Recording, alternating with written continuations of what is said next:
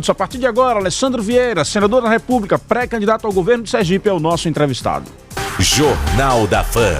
Entrevista. Meu caro Alessandro Vieira, muito bem-vindo aos estúdios da Fã FM. Satisfação recebê-lo aqui. Bom dia, Narciso. Um prazer estar conversando com vocês novamente.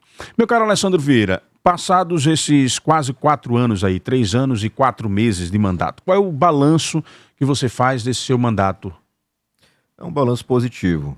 A gente tem feito o levantamento, a gente cobra muito, né, a equipe cobra muito o meu próprio trabalho, e o nosso levantamento aponta que tudo aquilo que foi comprometido durante a campanha em 2018 foi cumprido, naquilo que está limitado à atuação do senador. Todas as propostas, todas as cobranças, a fiscalização, a forma de fazer o uso dos recursos públicos. A gente tem uma economia de mandato auditada, independentemente pelo ranking dos políticos, que chega a quase 12 milhões de reais em 3 anos e 3 meses, 3 anos e 4 meses.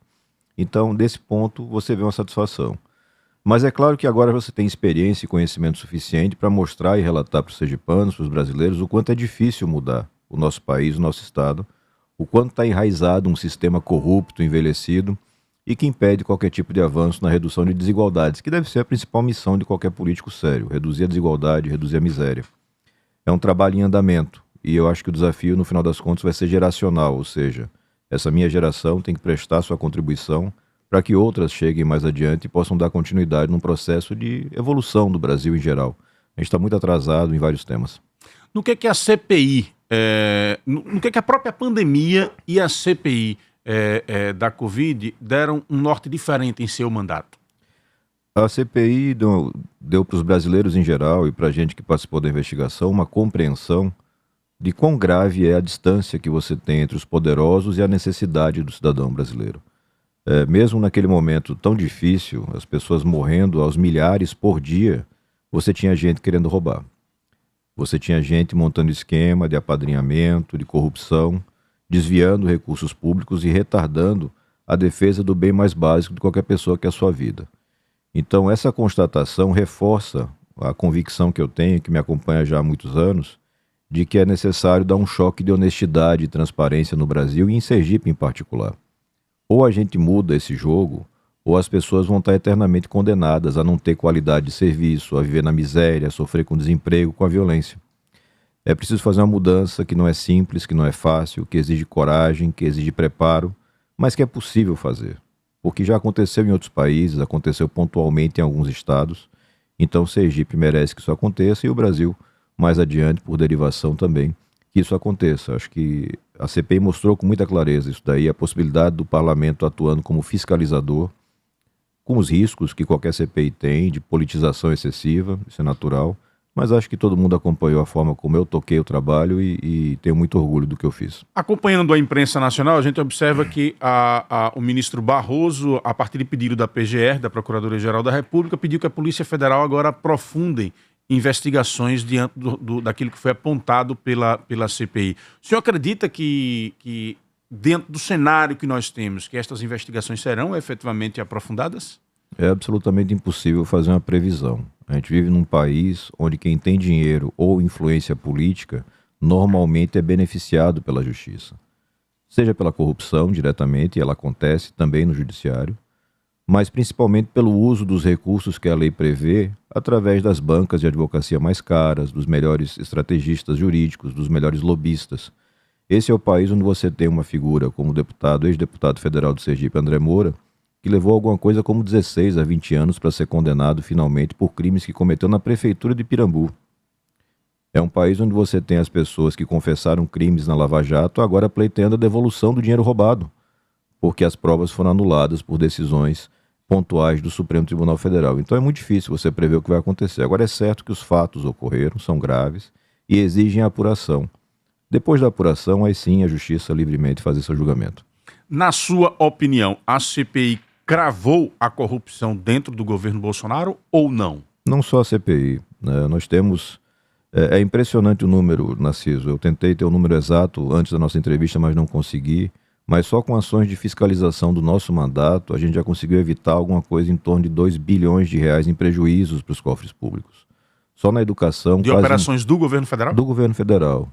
Só no setor da educação, mais de 1 bilhão de reais.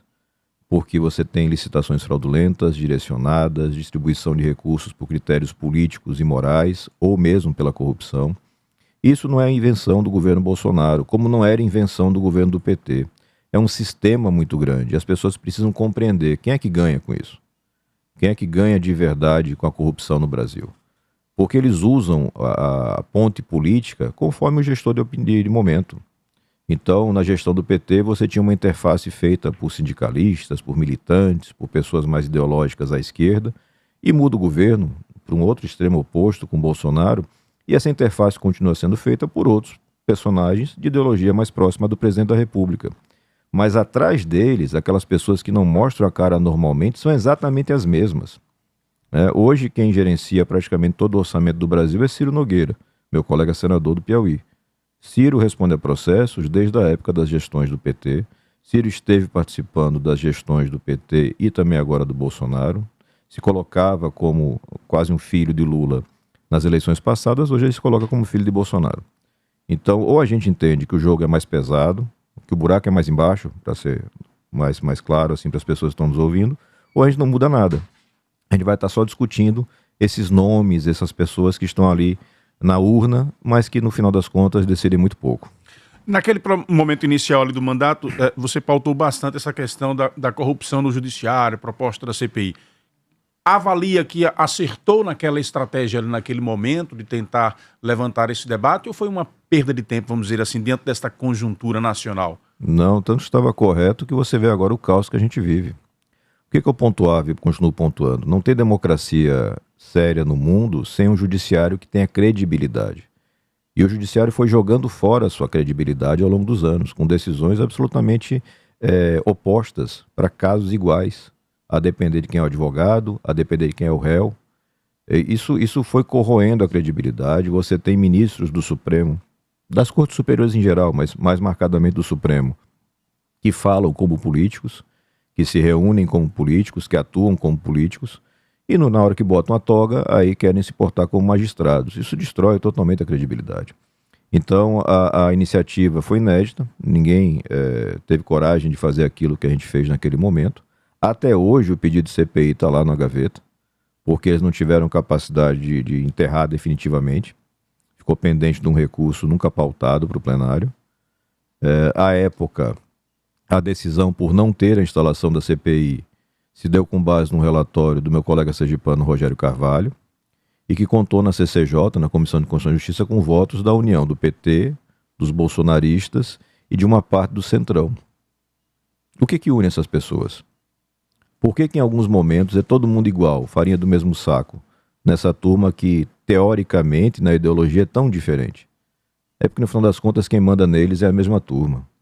Quem financia campanhas, quem faz toda a estratégia de manutenção de poder é a mesma turma, que usa a esquerda ou a direita conforme funciona melhor naquela eleição do momento. É lamentável quem tenha desperdiçado, porque em 2019 a gente poderia ter feito isso de uma forma equilibrada e democrática. Agora, às vésperas de uma eleição, é impossível.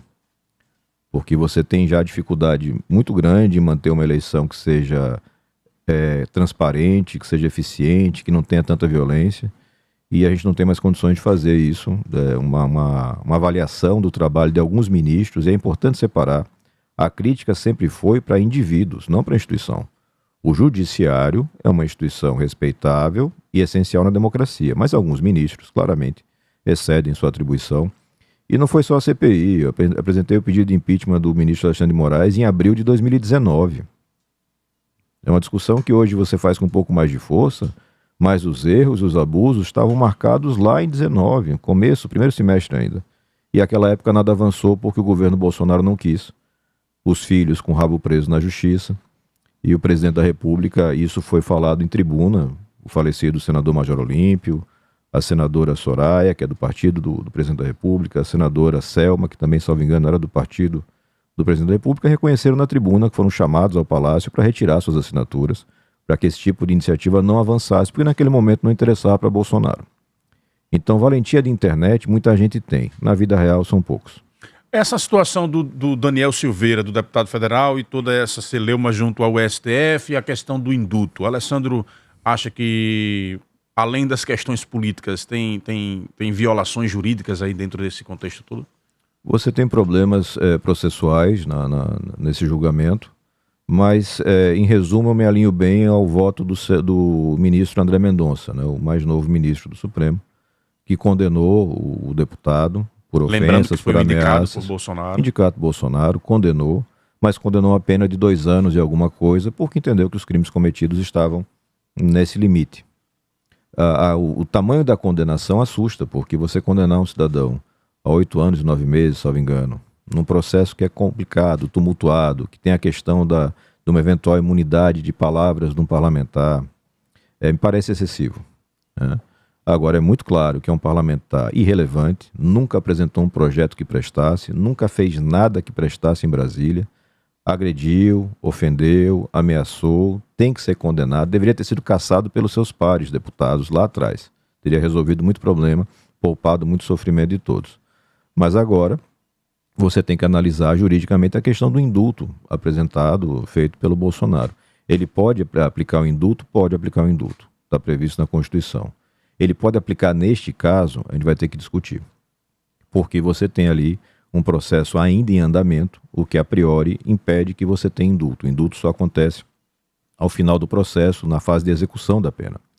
Então é muito mais um gesto político de Bolsonaro para polarizar, para deixar ainda mais quente esse clima das eleições e impedir que a gente fale das coisas mais importantes, que é a geração de emprego, renda, fome, como é que a gente combate a miséria que nós temos no Brasil. Ao invés disso, a gente fica discutindo um deputado de São Paulo absolutamente irrelevante. Estamos entrevistando aqui no Jornal da Fã o senador Alessandro Vieira, pré-candidato ao governo de Sergipe. Olha, desde o dia 22, Aracaju conta com uma confeitaria conceito. É a Ama Confeitaria. Lá você irá deliciar doces, salgados, tortas, como também um cardápio personalizado e temático. Quando é amor à primeira degustação, ficamos deslumbrados. A confeitaria está localizada atrás da Igreja do Sol Nascente. Ama Confeitaria. Saborei esta nova experiência. WhatsApp Delivery 99674-1200. 99674-1200. Senador Alessandro Vieira, entrando um pouco ainda dentro da sua atuação no Senado, um balanço de projetos apresentados. O que é que você traria de destaque para os nossos ouvintes? A gente teve essas questões de CPI, interrogatórios que chamam muita atenção da imprensa, mas para mim o maior motivo de orgulho é o relatório do auxílio emergencial. O que a gente fez ali naquela relatoria, com apoio dos melhores economistas da linha mais de atendimento social, foi fantástico, né? Nós conseguimos por unanimidade aprovar um projeto que atendeu a 70 milhões de brasileiros com auxílio naquele momento, e esse auxílio, quando veio da Câmara, atendia apenas 20 milhões. Quer dizer, a gente conseguiu incluir 50 milhões de brasileiros. São centenas de milhares de sergipanos que foram incluídos e protegidos no seu momento mais difícil. Esse é o maior ponto de orgulho. Agora, a gente teve vários pontos que avançaram. A relatoria na PEC que transformou o feminicídio em crime imprescritível. Você tem uma série de projetos apresentados na área de segurança pública, combate à corrupção, transparência. A gente tem a questão do financiamento da educação com o Fundeb. Hoje, todo governante estadual, municipal, particularmente municipal, tem a consciência de que não vai faltar recurso para a educação. E, na verdade, o que tem faltado já há bastante tempo é gestão, não recurso. Mas o financiamento foi garantido de forma qualificada. A gente conseguiu avançar nisso. Existem alguns pontos que a gente não conseguiu avançar. Então, da parte de pauta mais de criminal, processual, penal, a retomada da possibilidade de prisão após condenação em segunda instância não avançou. Nós temos projetos nesse sentido. O fim do fundo eleitoral não avançou, a gente tem projetos nesse sentido. A melhoria na forma de escolha e seleção e prazo de mandato para ministro do Supremo, a gente tem propostas, mas elas não avançaram. Mas a defesa foi feita, foi apresentada. Então o saldo é francamente positivo. Nos cálculos que a gente faz, acompanhando o desempenho dos 81 senadores, ao longo desses 3 anos e pouco, 3 anos e 3 meses, a gente conseguiu a manutenção sempre entre os 5, 6 senadores que mais apresentaram projetos, relatos, relatórios, emendas, porque é uma exigência que a gente faz para todo o nosso trabalho de equipe. A gente tem que representar Sergipe no nível que Sergipe merece. Dentro do cenário nacional, como senador da República, atuante na oposição, digamos, ao governo federal, o que é que o senhor acha que trouxe de positivo o governo Bolsonaro para o Brasil? O que é de mais problemático? você tem uma melhoria técnica em alguns setores. Então, nós temos ministérios que funcionaram melhor do que funcionavam em governos passados. Dá para exemplificar muito claramente com os ministros Tarcísio e Tereza Cristina, Agricultura e Infraestrutura. Avançou bastante, né? Não avançou o tanto que nós gostaríamos na parte de infraestrutura, particularmente Sergipe tem obras atrasadas há muitas décadas, a duplicação da BR-101 Há uma mais cobrança marcante. muito grande em cima de vocês, congressistas. Constante cobrança. Desde o primeiro ano, a gente tem garantido o financiamento no limite do que o DR aponta, o DENIT aponta que pode executar. Então, sempre foi feito assim. Desde o primeiro ano, 2019, a gente conseguiu incluir no orçamento o valor que o DENIT apontava como sendo o exequível. Porque não adianta você colocar, na teoria, para fazer propaganda, R$1 bilhão, quando, na verdade, o órgão só consegue executar 100 milhões. Então, a gente conseguiu fazer isso andar, mas a velocidade ainda é muito baixa para aquilo que a gente precisa. Esses setores funcionaram. A gente tem uma morosidade no atendimento à pandemia, muito, muito grave. Isso foi um problema do Bolsonaro, mas que o Congresso, de certa forma, compensou, garantindo o auxílio no valor e no tamanho necessário e garantindo a compra das vacinas no volume necessário. E daí para frente a coisa deslancha. Você tem problemas muito graves na gestão do presidente Bolsonaro, quando ele deixa o trabalho de cuidar dos brasileiros para cuidar das bolhas ideológicas, das discussões aparentemente sem sentido. Ele é um presidente que trabalha muito pouco, né? Você não tem imagens, falas, notícia de reuniões sérias para tratar, por exemplo, do problema da gasolina, o custo dos combustíveis, o quanto isso impacta na vida das pessoas. Nada. Você tem uma tuitada, uma fala naquele cercadinho na saída do palácio, alguma coisa mencionada na live das quintas-feiras, mas trabalho que é bom você não vê. E um presidente da República tem que trabalhar muito. Então acho que Bolsonaro falha nisso. Ele manteve o ritmo que ele tinha como deputado. Ele foi um deputado de pouquíssima produção, nunca foi líder de comissão, nunca foi líder de bancada, nunca relatou nenhum projeto importante. Então ele levou um pouco essa rotina para o Palácio do Planalto e isso prejudica os brasileiros, porque o nível de dedicação que se exige de um governante é muito elevado e ele não atende. Eu acho que esse é o grande prejuízo, você rebaixar o nível de trabalho, levar tudo para um campo de debate polarizado. Então, a gente está agora discutindo essa situação do deputado federal Daniel Silveira e deixamos de discutir as questões que são mais prementes para os brasileiros. É uma estratégia de comunicação. Bolsonaro é um grande comunicador. Ele tem essa característica de falar bem com o cidadão, se comunicar de perto com o cidadão, e ele usa isso para maquiar os resultados, as falhas que o governo dele tem, uma boa parte delas causadas pelos filhos, que são figuras lastimáveis. No cenário local, qual a sua avaliação do governo Belivaldo, pontos positivos e negativos?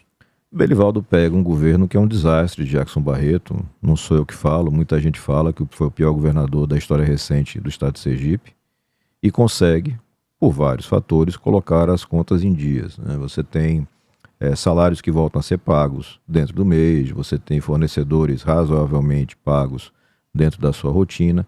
Essa é uma vantagem do governo Belivaldo, deve ser reconhecida. É preciso apontar que isso acontece dentro do contexto da pandemia, quando estados e municípios deixaram de ter obrigações de pagamento que tinham antes por conta de decisões lá de Brasília. Isso abriu um espaço para que tudo acontecesse. A grande falha que eu vejo em Belivaldo é a absoluta falta de diálogo com setores da sociedade importantes. Não tem diálogo com o funcionalismo, o tratamento é sempre muito difícil, não tem um diálogo produtivo com os setores que geram renda e emprego em Sergipe.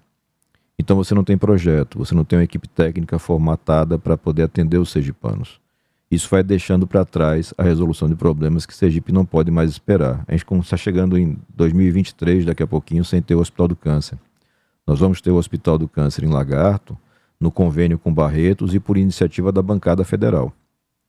O governo do estado não foi capaz de atender o cidadão, a cidadã que tem câncer. Então esses problemas se arrastam, e se arrastam muito por conta da forma de composição política do governo sergipano, que é o mesmo há muito tempo. É a mesma turma, é uma turma que a gente já conhece, a gente sabe dos defeitos, a gente sabe das poucas qualidades, e a gente sabe que tudo é loteado, o estado é esquartejado. Você, a Secretaria de Saúde é de fulano, a de Infraestrutura e Justiça é de outra, você vai fazendo esse loteamento de obras públicas, você não tem uma estratégia de recuperação do estado. E a gente vê o nosso estado ficando para trás em comparação com os nossos vizinhos. Alagoas, muito marcadamente, avançando, e Sergipe ficando para trás, porque você não tem liderança qualificada no processo político, e sem essa liderança você não consegue alavancar as coisas.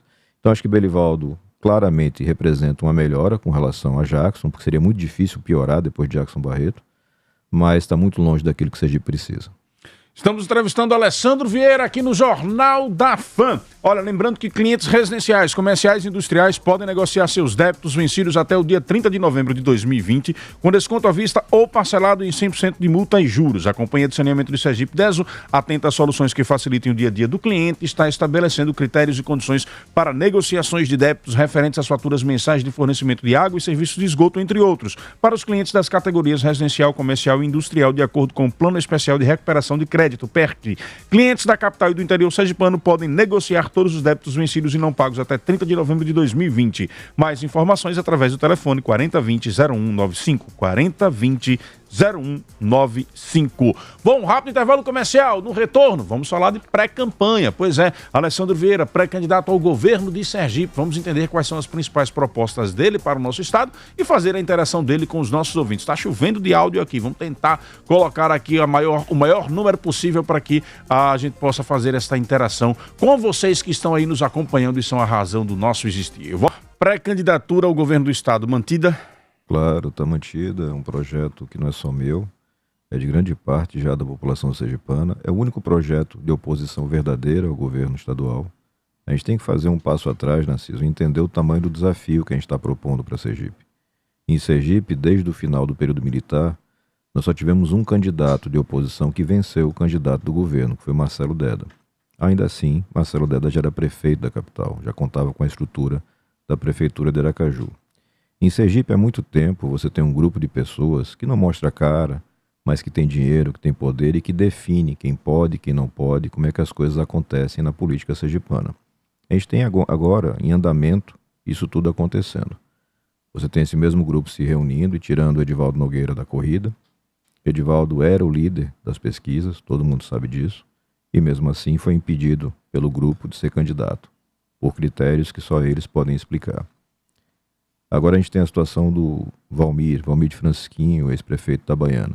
Da mesma forma você tem esse avança, recua dele constante, porque ele também é vítima, de certa forma, desse grupo, da atuação desse grupo, que decide quem pode e quem não pode fazer alguma coisa em Sergipe. Valmir, todo mundo sabe, tem processos graves lá em Brasília e aqui em Sergipe, por conta desses processos, é constantemente ameaçado, pressionado a fazer ou a não fazer alguma coisa. Então, para mudar Sergipe de verdade, você precisa ter um grupo que tenha independência, tenha coragem, tenha preparo para fazer a mudança. E que consiga a atenção e a colaboração dos sergipanos. Porque se ninguém vai conseguir fazer isso tudo sozinho. Até porque ninguém nunca conseguiu. Então a candidatura está mantida, a pré-candidatura está mantida. Ela é para valer, ela é para mudar o que está aí, precisa ser mudado, e que a gente só vai conseguir mudar com gente forte e independente, e a gente acredita que consegue fazer isso. Então, pela sua fala, a pré-candidatura de Valmir não muda sua posição? Não, não muda nada. Eu tenho um bom relacionamento com o Valmir, com a Adailton, que é o prefeito de Itabaiana. Colaboramos muito com a gestão da prefeitura de Itabaiana, mas isso não vincula nada, porque, sinceramente, e eu sou um homem que não usa meias palavras, alguém vai mudar o estado de Sergipe com parceria com Edivar Amorim? Alguém vai mudar o estado de Sergipe em parceria com Ulisses Andrade? Não vai. Não tenho nada contra essas pessoas, não tenho problema nenhum pessoal com eles.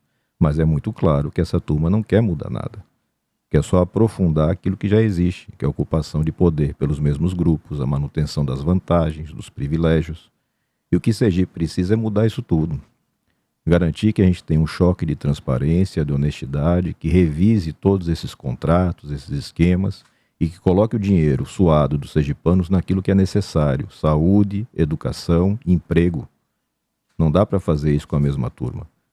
Esse foi talvez um problema que o próprio Marcelo Deda, que a gente citou aqui, enfrentou. Quem é que não lembra da reta final, Marcelo Deda já doente, brigando com aquele Proinvest, que finalmente foi aprovado todo retalhado e que não entregou para os sergipanos as obras.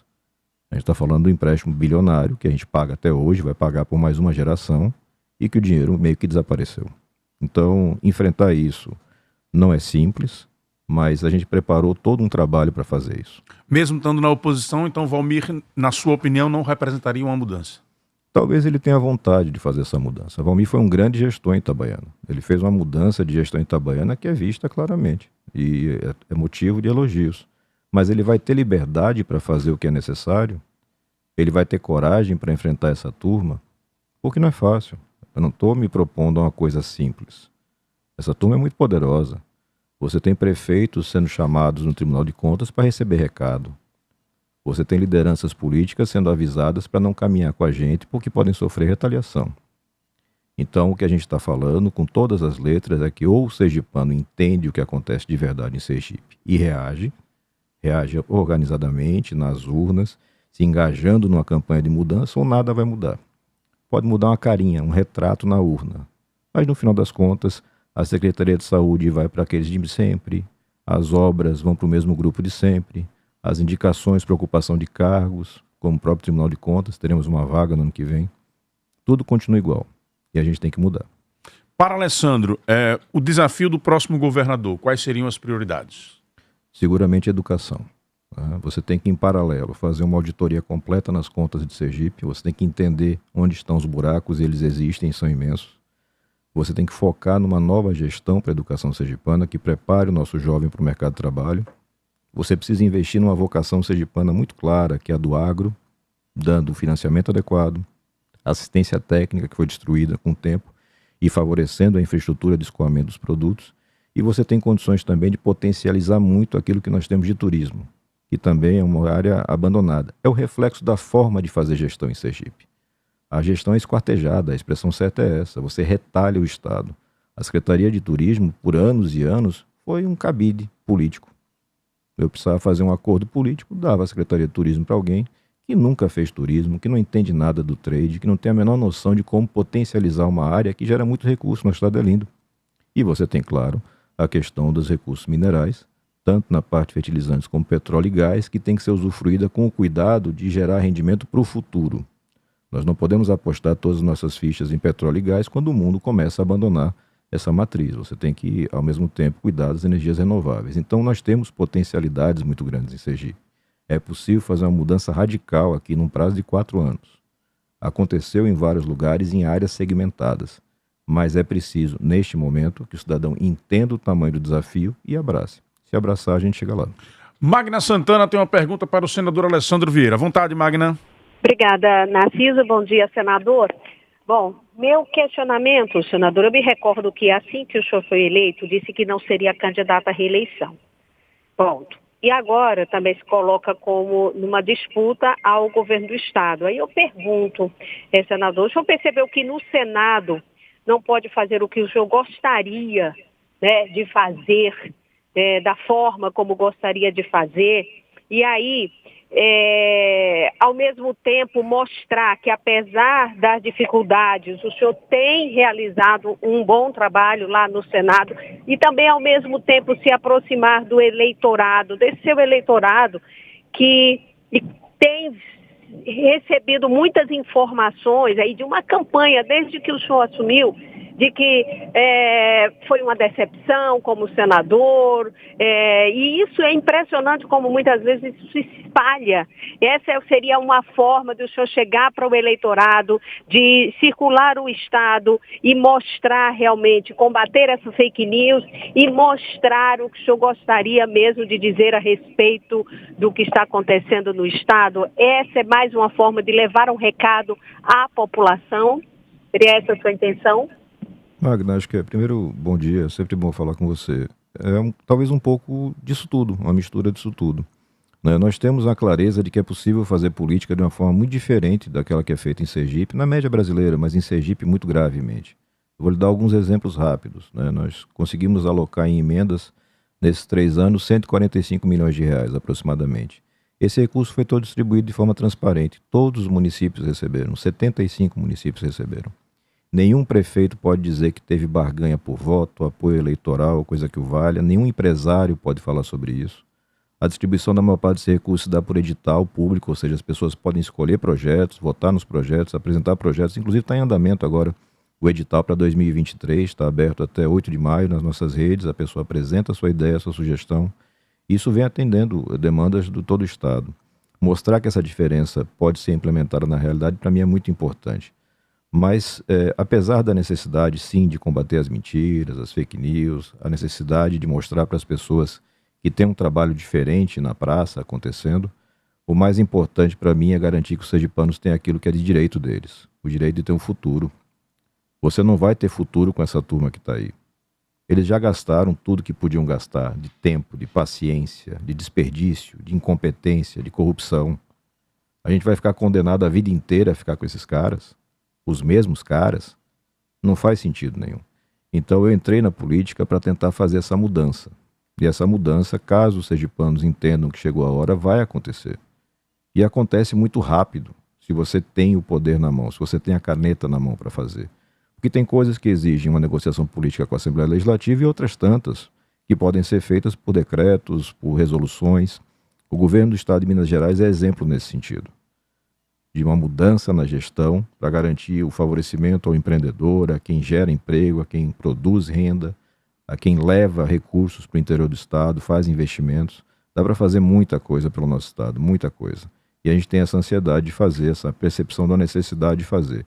E vamos, com fé em Deus. Acho que chegou a hora de Sergipe mudar de verdade. Meu caro senador Alessandro Vieira, vamos enfrentar os ouvintes? Claro. Vamos lá. Espaço Democrático do Rádio Sergipano, Alessandro Vieira interagindo com os nossos ouvintes pelo 999-525714. Bom dia, Narciso. Bom dia a todos os ouvintes da FAM. Narciso, já para o senador aí e para candidato ao governo do Estado, Alessandro. Eu gostaria que ele tivesse trabalhado mais por Sergipe. Inclusive, gostaria que ele tivesse aí tomado a frente parlamentar, tanto do Senado quanto também dos seus colegas aí, deputados federais, para finalizar essa duplicação da BR aqui 101, que liga aqui Pedra Branca Capela, porque tá tendo muito acidente. Só essa semana foram 2 carretas aqui tombadas, fora acidente com carro pequeno. Senador, tem que olhar mais aqui para o nosso estado e esquecer um pouco aí o país, né? Primeiro vem o seu estado, depois aí vem o seu país, né? Trabalhar para o Sergipe aqui é mais importante, no meu ponto de vista, né? Colocar o pé aí firme aí e ver se essa empresa termina aí essa obra de duplicação. Bom dia, Drica Silva Aracaju. Alessandro Vieira é um senador que faz a diferença, pois busca realmente a melhoria de qualidade de vida do povo sergipano. Minha pergunta é quanto ao desemprego. Os jovens não têm experiência para ocupar determinadas vagas de emprego. E as pessoas mais velhas, a partir de 40 anos, não estão no perfil dos empregadores. O perfil solicitado pelos empregadores. O que pode ser feito quanto a isso? Narciso, bom dia. Aqui é Marcos Barbosa. Aproveita aí a pergunta e a visita aí do senador Alessandro e pergunta a ele que uma das primeiras ações dele foi escolher entre 2 ladrões. E o cara que é da polícia, quando tem 2 ladrões para escolher, ele não escolhe nenhum dos 2. E por que ele se posicionou a favor de um? Muito obrigado. Vamos lá, responder aí a esses 3 ouvintes. Antes, mandando um abraço aqui a todos os profissionais de contabilidade. Hoje é o dia do profissional de contabilidade, mandando aqui o nosso abraço através aí do presidente da Federação Nacional dos Profissionais de Contabilidade, o Aécio. Um grande abraço aí a todos os profissionais da área. Senador Romário, Drica e o Marcos Barbosa. Bom, primeiro, acho que a gente, de certa forma, tocou os 3 pontos já na nossa fala aqui, né? Então, com relação ao Romário, como eu mostrei, e a gente pode mostrar isso com dados, o financiamento solicitado pelo departamento responsável pela duplicação foi concedido. Infelizmente, você não consegue avançar. E aí você pergunta, quais foram os problemas que você conseguiu identificar, especificamente no tocante à duplicação? A mudança na gestão do Departamento Nacional de Infraestrutura e Transporte, DENIT, prejudicou bastante. Nós tivemos, se não me engano, 3 alterações, todas elas por interferência política, na medida em que se fazia o loteamento de vagas ali, de lideranças na Câmara dos Deputados. Isso prejudica, retarda o trabalho, mas o dinheiro, que é a grande coisa que você tem que fazer lá no parlamento, foi garantido. As pessoas precisam entender que o recurso para Sergipe é obtido em Brasília. Então não adianta ficar aqui fazendo teatrinho, dizendo que fez e que aconteceu, quando você lá em Brasília não conseguiu abrir o espaço necessário. A gente conseguiu abrir esse espaço naquilo que cabia a um senador da República. Então, a gente tem muita tranquilidade em responder esse tipo de situação. A Drica, eu agradeço aí, enfim, as falas de elogio. E a questão do desemprego, como eu falei, passa por capacitação e educação. Então, você tem que, de um lado, fomentar a atividade, gerar as vagas, mas capacitar as pessoas para que possam preenchê-las. O mercado de trabalho está mudando muito rapidamente. Tem uma série de vagas que foram extintas durante a pandemia e que não vão retornar. Essas pessoas precisam ser protegidas, primeiro protegidas por um auxílio, por um sistema de assistência e capacitadas para tentar esse retorno, para garantir esse retorno.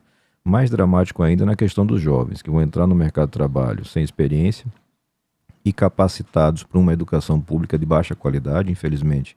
Nós temos em Sergipe grandes profissionais de educação, mas uma gestão que não entrega resultados. Isso é demonstrado em em todos os indicadores, você pode verificar. É preciso mexer nisso para que a gente possa dar o resultado necessário. Então, educação e investimento. E por último, o Marcos fala de uma escolha entre dois ladrões. Eu não sei exatamente o que ele está falando, eu imagino que talvez seja a eleição no Senado, né, onde nós tínhamos candidatos Renan Calheiros e Davi Alcolumbre. E a minha posição foi favorável ao Davi Alcolumbre. Né? Renan Calheiros é uma figura notória, mas ainda para a gente aqui, sergipanos, vizinhos de Alagoas, era impossível você dar voto a Renan para permanecer no poder e manter os esquemas que estavam lá. Foi feita uma aposta de que o Davi Alcolumbre, que é um cara inclusive mais novo que eu, né? O Davi tem acho que 2 anos a menos que eu, fosse uma pessoa que entregasse essa mudança. E foi uma decepção. O sistema político e eleitoral funciona assim, você tem que ter posicionamento e votar. Você não pode simplesmente cruzar os braços, porque não é uma brincadeira de WhatsApp. Eu não tenho direito, os sergipanos não votarem em mim para chegar lá e cruzar os braços e fazer beicinho. E dizer, não, eu sou melhor que todo mundo e não vou trabalhar com esses caras. Eu tenho obrigação de trabalhar com todo mundo que está lá, porque foram votados e eleitos. E eu preciso de maioria de votos para fazer qualquer coisa. Então, eu acho que foi uma escolha feita em 2019, a votação da presidência do Senado. Derrotar Renan Calheiros foi uma coisa muito boa, mas infelizmente nós não conseguimos avançar como gostaríamos com a gestão do Davi Alcolumbre. O Bicinho, vereador de Monte Alegre, ele diz aqui: Alessandro é o único que verdadeiramente pode fazer Sergipe avançar. Pergunte a ele quais as propostas dele para o desenvolvimento do sertão sertanejo. Anota aí, senador. Vamos dar aqui vazão a algumas perguntas que enviadas aqui por WhatsApp, de forma escrita. Um perfil aqui que é do Sindicato dos Policiais Civis de Sergipe, só não veio com a identificação do nome de quem mandou, diz aqui: senador, a sua avaliação sobre a gestão da segurança pública no estado de Sergipe. Os profissionais são valorizados de forma adequada? É o Simpol que pergunta. Tenho também aqui uma pergunta do Leônio Murilo aqui. O Murilo diz o seguinte: se for possível, pergunte ao candidato Alessandro se ele fosse governador, se ele reconheceria a atividade dos CACs como sendo atividade de risco e assinaria o projeto de lei. Tem também aqui, vamos lá, mais perguntas escritas aqui. Cadê o Leônio? Leônio enviou aqui também. Um aviso aqui do Wellington: tem ônibus da aviação modelo mais uma vez quebrado na Avenida José Carlos Silva. Já virou piada essa situação da aviação modelo aqui na capital. Eu sou o Augusto de Nossa Senhora de Lourdes. Gostaria de saber do senador quais as suas ideias em respeito da expansão do agronegócio aqui no nosso estado. Já falamos um pouco sobre isso, mas pode, sem problema nenhum, repetir para atender aí o pedido do ouvinte. Anota mais um aí, senador. O Pedro de Itapuranga. O delegado André Davi falou em entrevista que sua atuação policial serviria como credenciamento para tentar uma cadeira no mundo político e fez duras críticas a Alessandro, dizendo que, ao contrário, ele trabalhou contra a posse de armas dos cidadãos e que, enquanto delegado, nunca tinha visibilidade nenhuma, pois ele não ia para a rua. Segundo Pedro de Itapuranga, o André Davi teria dito isso e ele pede para que você faça um comentário. O Lindomar, ele diz aqui: pergunte a Alessandro por que ninguém foi punido ainda com relação ao que foi apurado na CPI. Vamos a essas aí, enquanto eu encontro aqui a do Leônio, que acabou fugindo aqui na enormidade de perguntas enviadas pelos nossos ouvintes. Eu quero agradecer a todos pela imensa audiência. Bom, não foi possível anotar o nome de todos, mas a primeira pergunta é sobre o sertão.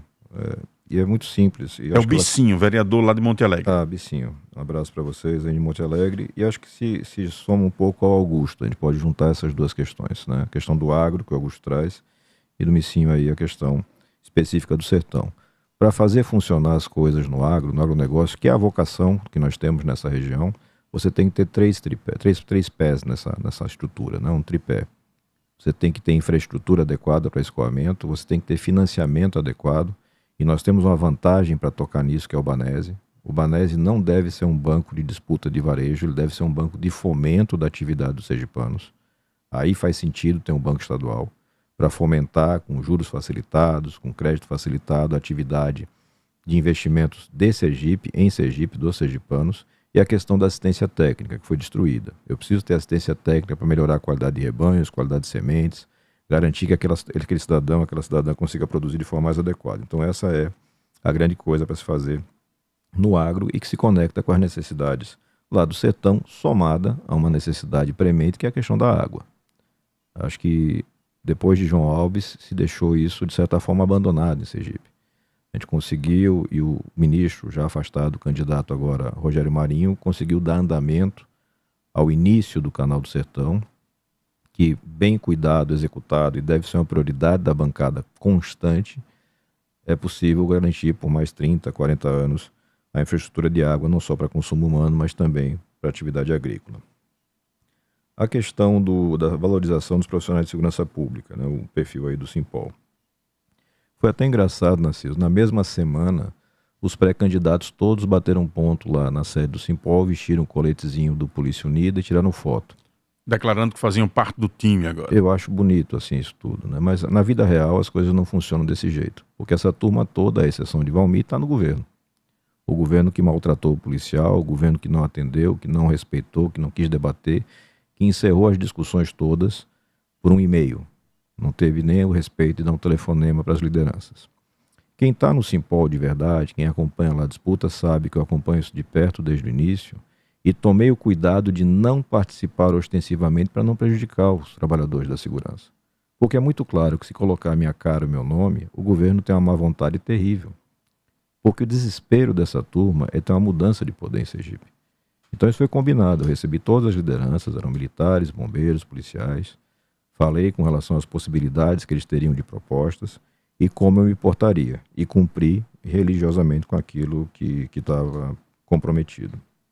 Acho que é importante, no começo do próximo ano, você chamar novamente todas as equipes de sindicatos da segurança pública para tratar dessa questão da valorização, da reestruturação de carreiras, mas também da mesma forma como eu me porto com muita transparência.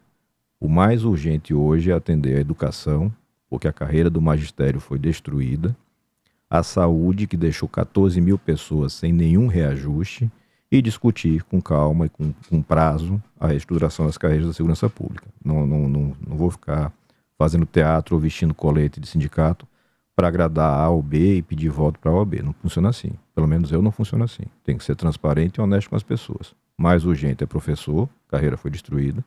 Mais urgente é saúde, 14 mil ficaram sem nada.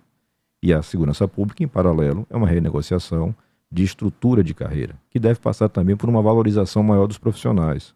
Você tem que dar mais atribuições a agentes, a escrivães, a oficiais subalternos, enfim, você tem que mudar um pouco mais isso para valorizar a boa qualidade que nós temos no pessoal. Murilo pergunta sobre os CACs como atividade de risco e as legislações estaduais sobre o tema. É uma legislação de baixa eficiência. Você tem que resolver isso lá no Congresso. A gente tem interagido muito com essa questão. Isso é muito criticado por eles. Né? Falta muito ler, assim, é uma coisa que preocupa o tanto que os influenciadores de internet hoje respondem para a interpretação sem a menor, enfim, cautela de ler os textos. Quem acompanhar, e a gente explica isso com toda a paciência para quem quiser. Hoje, tudo que você tem estruturado é com base em decretos. Se você muda o governo, agora em 23, esses decretos muito provavelmente caem.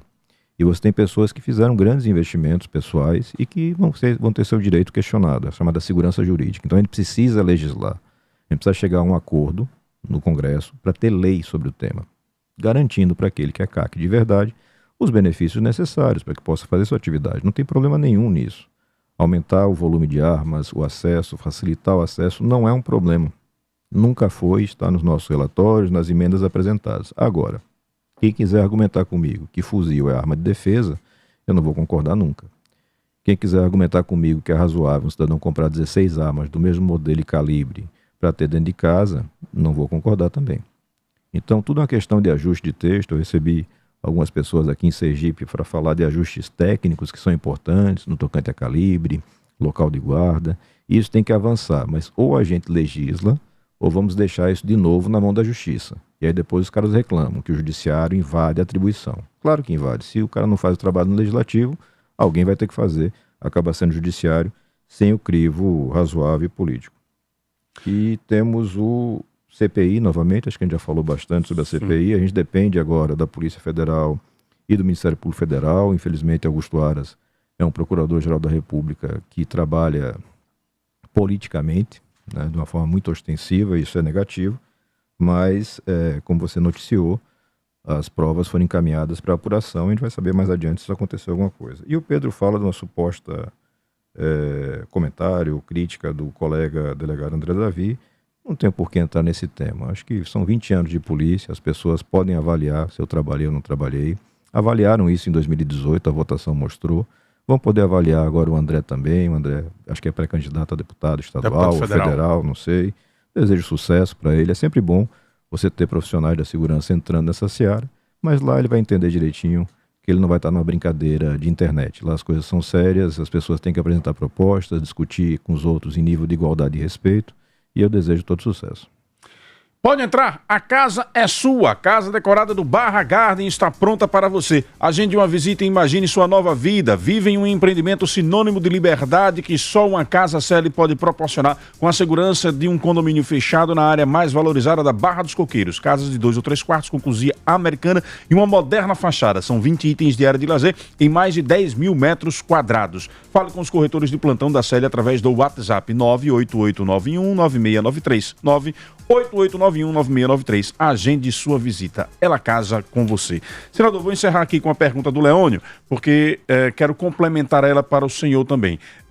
Pergunte ao senador Alessandro, ele na campanha falava em nova política, se a maneira que ele assumiu o partido não foi a prática da velha política, onde o cacique nacional decide quem deve ficar no comando. E aí eu lhe pergunto, todo o discurso de combate à corrupção, ele não cai por terra com uma chegada a um partido tradicional como o PSDB, que também já teve ao longo da sua história envolvimento com escândalos de corrupção?